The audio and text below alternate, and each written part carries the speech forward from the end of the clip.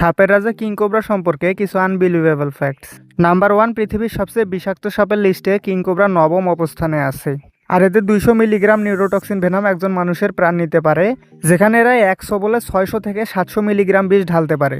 মানে কিং কোবরার একটি সবলের বিষ 3 জন মানুষকে মেরে ফেলার জন্য যথেষ্ট।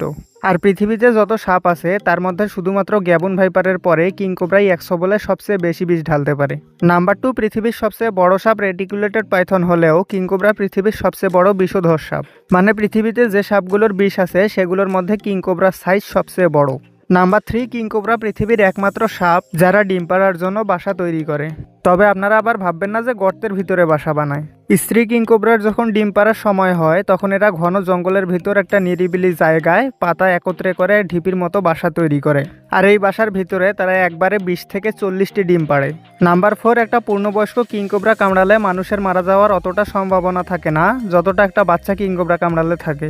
কারণ একটা পূর্ণবয়স্ক কিং কোবরা মানুষ বা অন্যান্য বড় প্রাণীকে যদি কামড়ায় তাহলে সাধারণত বিষ ঢালে না, শুধুমাত্র কামড় দেয়, যেটাকে বলা হয় ড্রাই বাইট। কারণ সে এমন প্রাণীকে মেরে বিষ নষ্ট করতে চায় না যেটাকে সে খেতে পারবে না।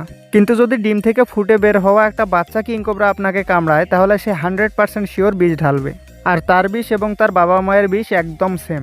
নাম্বার 5, কিং কোবরা এমন একটি সাপ যারা অন্যান্য সাপকে খেয়ে জীবন ধারণ করে। এরা রেড স্নেক থেকে শুরু করে ইন্ডিয়ান রক পাইথন এমনকি রাসেলস ভাইপারের মতো ভয়ঙ্কর সাপকেও ধরে খেয়ে ফেলে। এরকমই ইনফরমেটিভ ভিডিও পাওয়ার জন্য সাবস্ক্রাইব করুন।